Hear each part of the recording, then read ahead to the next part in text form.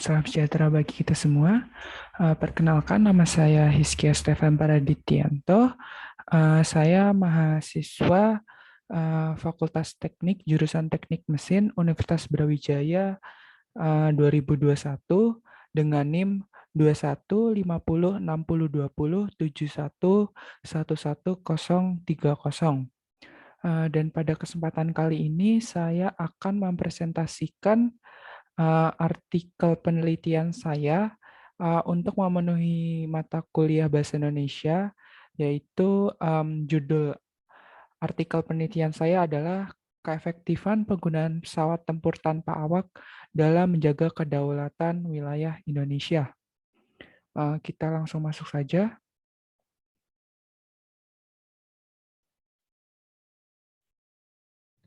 Yaitu ke daftar isi, yaitu daftar isinya secara garis besar ada pembahasan pendahuluan, tinjauan pustaka, landasan teori, hasil dan pembahasan, dan kesimpulan dan saran. Kita masuk ke latar belakang. Jadi latar belakangnya itu yang pertama adalah perkembangan pesawat terbang. Jadi perkembangan pesawat terbang itu diawali pada abad ke-19, di mana ketika itu Wright bersaudara pada tahun 1903 melakukan penerbangan pesawat pertama di Kitty Hawk. Dan semenjak saat itu pesawat terbang mulai berkembang dengan pesat dan signifikan. Di bidang militer sendiri, pesawat itu digunakan pada waktu Perang Dunia Pertama, yaitu pada tahun 1914 sampai 1918, di mana ketika itu pesawat terbang itu hanya terbuat dari kayu dan dipersenjatai dengan senapan ringan saja. Dan pada era Perang Dunia Kedua pada tahun 1930-an, pesawat terbang mulai berbahan dasar dari metal yang lebih baik dibanding kayu dan juga dengan persenjataan yang lebih baik. Dan pada akhir Perang Dunia Kedua, perkembangan pesawat terbang masuk ke era bermesin jet, di mana bermesin jet ini pada akhirnya itu melahirkan saat ini itu ada beberapa generasi, yaitu generasi pertama, kedua, ketiga, keempat, empat setengah, dan yang paling baru adalah generasi kelima. Dan generasi kelima ini digunakan oleh beberapa negara maju seperti Amerika, Rusia, dan Tiongkok. Sedangkan di Indonesia sendiri saat ini sudah masuk ke generasi empat setengah. Dan selanjutnya latar belakang selanjutnya adalah perkembangan pesawat terbang tanpa awak. Jadi pesawat terbang tanpa awak atau PTTA ini awalnya itu digunakan sebagai target sasaran tembak. Jadi setelah Perang Dunia II usai, jadi beberapa pesawat yang tidak terpakai digunakan sebagai sasaran tembak bagi artileri pertahanan udara maupun pesawat terbang. Dan seiring perkembangan zaman ternyata drone atau PTTA ini dapat difungsikan dengan berbagai beragam fungsi yang sangat membantu em, operasi-operasi militer seperti fungsi pengintaian, pengawasan, perang elektronik, terus pengecoh target drone dan bahkan kombatan. Dan wilayah selanjutnya adalah wilayah kedaulatan di Indonesia.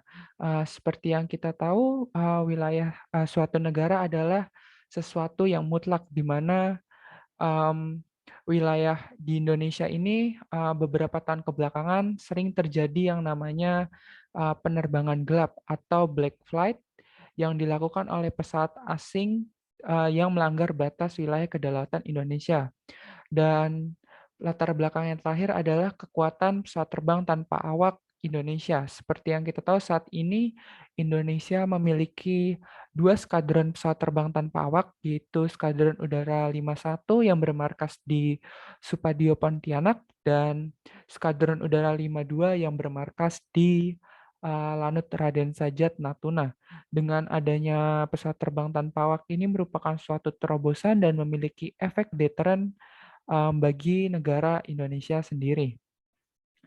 Baik, kita masuk ke rumusan masalah. Jadi rumusan masalahnya di sini ada 3 yang saya buat. Yang pertama adalah Bagaimana perkembangan pesawat terbang tanpa awak dari negara-negara maju? Yang kedua, bagaimana kekuatan pesawat terbang tanpa awak yang saat ini dioperasikan oleh TNI AU? Dan yang ketiga, bagaimana perkembangan pesawat terbang tanpa awak pada masa depan? Selanjutnya untuk tujuannya, jadi tujuannya saya melakukan penelitian ini adalah yang pertama, membandingkan perkembangan pesawat terbang tanpa awak pada negara-negara maju, selanjutnya mengetahui kekuatan PTTA yang dioperasikan oleh TNI AU, dan mengetahui perkembangan PTTA dalam negeri. Dan manfaat dari artikel ilmiah ini adalah yang pertama memberikan informasi kepada pembaca dan pendengar mengenai perkembangan PTTA generasi terkini yang dioperasikan oleh beberapa negara maupun di Indonesia, dan memberikan informasi mengenai kekuatan alutsista PTTA yang digunakan dan akan digunakan oleh TNI AU. Selanjutnya masuk ke tinjauan pustaka. Jadi di tinjauan pustaka ini saya mengambil dua jurnal terdahulu yang telah dilakukan oleh Safriani pada tahun 2015 dengan judul Pelanggaran Ruang Udara oleh Pesawat Asing Menurut Hukum Internasional dan Hukum Nasional. Jadi secara garis besar jurnal tersebut membahas mengenai backflight, di mana beberapa tahun ke belakang ini telah terjadi pelanggaran wilayah udara oleh pesawat-pesawat asing, dan tentu saja itu merupakan tindakan yang sangat merugikan bagi Indonesia. Sedangkan pada Firman Pasaribu dan kawan-kawan pada tahun 2017, jurnalnya berjudul Penggunaan Sistem UAV dalam Pengamanan Wilayah Perbatasan Indonesia-Malaysia. Studi interoperabilitas Skadron Udara 51 TNI AU dan Direktorat Topografi TNI AD. Jadi secara garis besar jurnal tersebut membahas mengenai pengoperasian drone oleh Skadron 51 itu perlu adanya komunikasi yang baik antara operator pesawat terbang dengan Direktorat Topografi TNI AD agar keselamatan dan keamanan operasi dapat optimal. Untuk landasan teorinya, yang pertama ada kedaulatan udara. Jadi kedaulatan udara itu adalah suatu hal yang mutlak bagi suatu negara.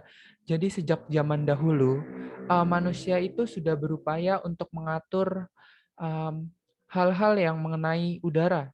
Dalam hukum Ramai sendiri dikenal suatu prinsip yang berbunyi Cujus est solum, ejus est usque colum. Itu artinya barang siapa memiliki tanah, maka orang tersebut juga memiliki apa yang ada di dalam tanah dan wilayah udara yang ada di atas tanah tersebut. Selain ada teori ini, juga ada teori lain yang bernama teori udara bebas. Teori udara bebas sendiri adalah teori yang beranggapan bahwa jika suatu wilayah udara itu merupakan milik siapa saja dan bebas digunakan oleh siapa saja.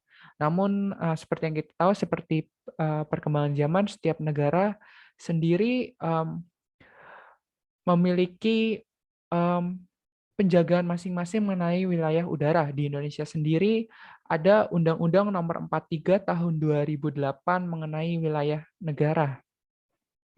Selanjutnya adalah TNI Angkatan Udara. Jadi Tentara Nasional Indonesia Angkatan Udara atau bisa disingkat sebagai TNI Angkatan Udara atau TNI AU adalah salah satu bagian dari Tentara Nasional Indonesia yang bertanggung jawab atas operasi pertahanan negara Republik Indonesia di udara. Jadi tugas-tugas dari TNI AU sendiri diatur di Pasal 10 Undang-Undang Nomor 34 Tahun 2004 tentang TNI. Jadi dalam menegakkan wilayah udara Indonesia itu, dalam pengimplementasiannya TNI AU itu membutuhkan peran Komando Pertahanan Udara Nasional. Dan selanjutnya adalah pesawat terbang tanpa awak. Jadi pesawat terbang tanpa awak sering disebut juga sebagai pesawat nirawak, dan dalam bahasa Inggris itu disebut sebagai drone, adalah sebuah mesin terbang yang berfungsi dengan kendali jarak jauh oleh pilot atau mampu mengendalikan dirinya sendiri yang dioperasikan oleh operator menggunakan hukum aerodinamika untuk mengangkat dirinya. Bisa digunakan kembali dan mampu membawa muatan baik senjata maupun muatan lainnya. Jadi PTTA ini merupakan pesawat terbang tanpa awak yang memiliki beragam fungsi, mulai dari pengintaian, pengawasan udara, perang elektronik, sebagai target atau sasaran tembak, sebagai pengecoh atau decoy, maupun sebagai kombatan yang dapat dipersenjatai dengan peluru kendali dan bom. Dan selanjutnya kita masuk ke metode penelitian. Jadi metode penelitian yang saya gunakan adalah metode penelitian kualitatif dan deskriptif. Selanjutnya adalah metode pengumpulan data secara studi pustaka dan menggunakan data sekunder. Jadi saya membandingkan berdasarkan buku-buku atau jurnal-jurnal yang telah dilakukan terdahulu. Baiklah, kita langsung masuk saja ke hasil dan pembahasan.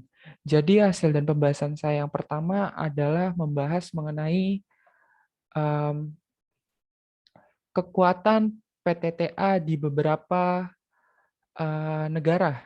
Yang di sini saya ada 3 negara, mengkaji 3 negara, yaitu Amerika Serikat, Rusia, dan Tiongkok. Yang pertama adalah Amerika Serikat. Jadi sebagai negara adidaya, Amerika Serikat sendiri sudah menggunakan pesawat tanpa awak itu sejak akhir Perang Dunia Kedua, di mana awalnya pesawat tanpa awak itu digunakan sebagai target, yang tadi seperti yang sudah saya bilang sebelumnya sebagai sasaran tembak dan untuk latihan. Cuman seiring perkembangan zaman, Amerika Serikat melihat adanya potensi dari pesawat terbang tanpa awak. Jadi pesawat terbang tanpa awak akhirnya dimodifikasi menjadi pesawat kombatan atau pesawat yang dapat membawa senjata. Dan pesawat tanpa awak sendiri juga diikutkan dalam berbagai operasi militer yang dilakukan Amerika seperti Operasi Iraq Freedom, Operasi Desert Storm, dan banyak lagi.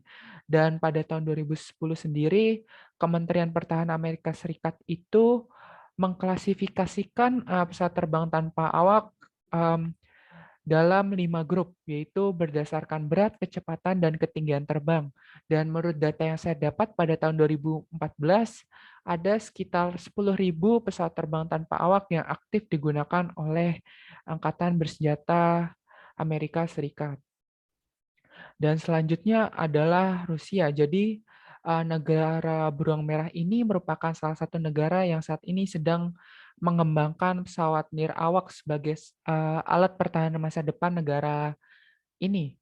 Jadi pada era Uni Soviet bisa dibilang Rusia cukup tertinggal dalam pengembangan pesawat terbang tanpa awak. Jadi secara kualitas dan kecanggihan itu masih cukup tertinggal dari negara-negara saingannya seperti Amerika maupun Tiongkok.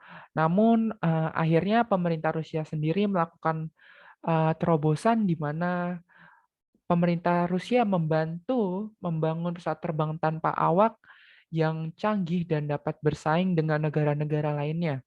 Jadi saat ini Rusia itu mengembangkan beberapa pesawat tanpa awak.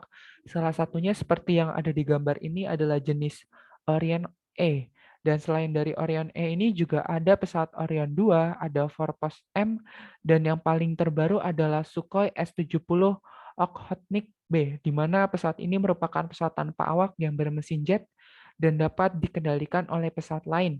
Atau dengan kata lain, pesawat ini merupakan um, loyal wingman. Dan selanjutnya adalah negara Tiongkok atau Cina.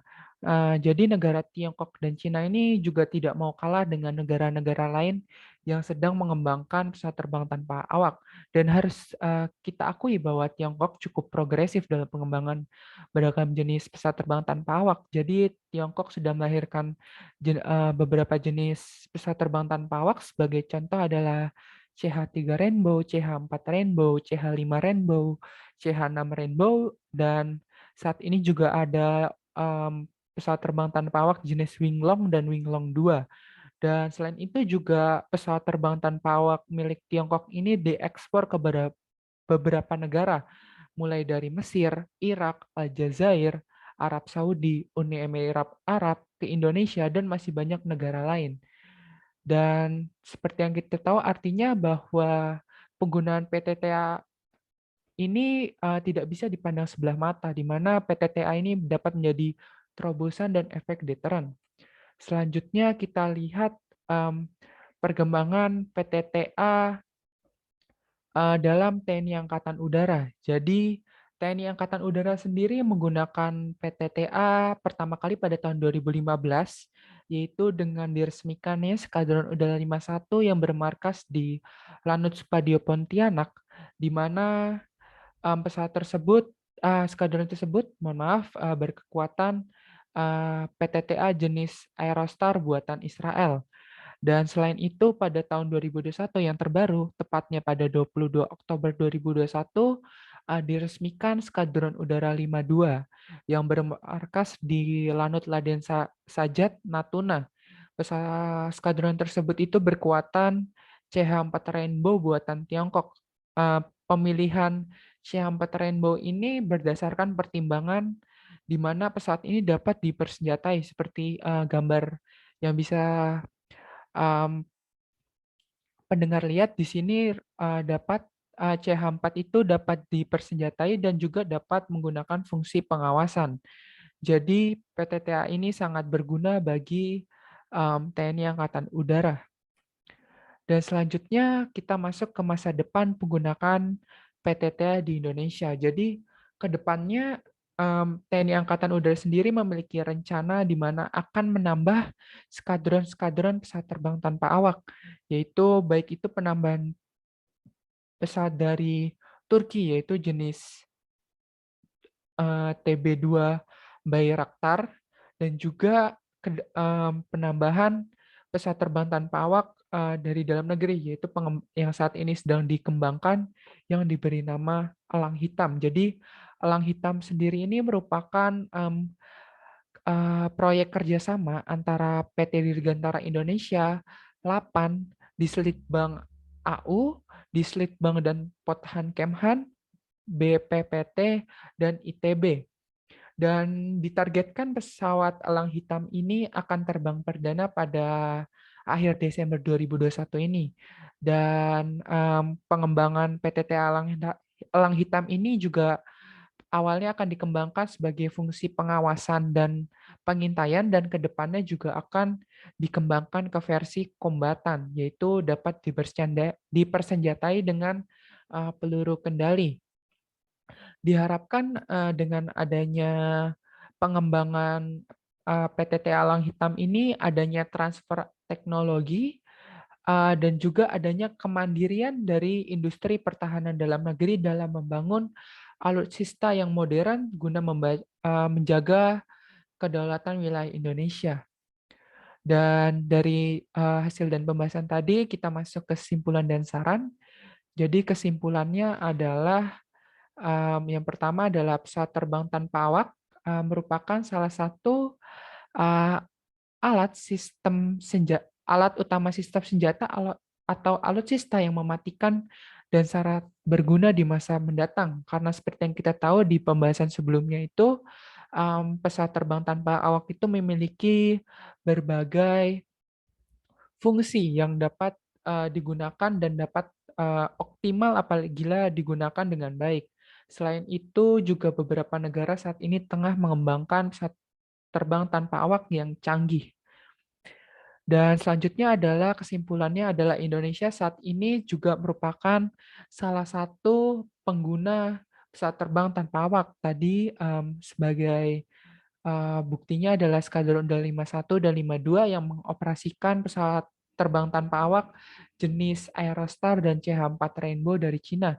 Dan kedepannya juga akan menambah skadron-skadron pesawat terbang tanpa awak dengan penempatan di wilayah timur, yaitu di Papua, maupun di wilayah selatan, seperti di Kupang, dengan tujuan untuk menjaga wilayah Indonesia dari ancaman negara lain.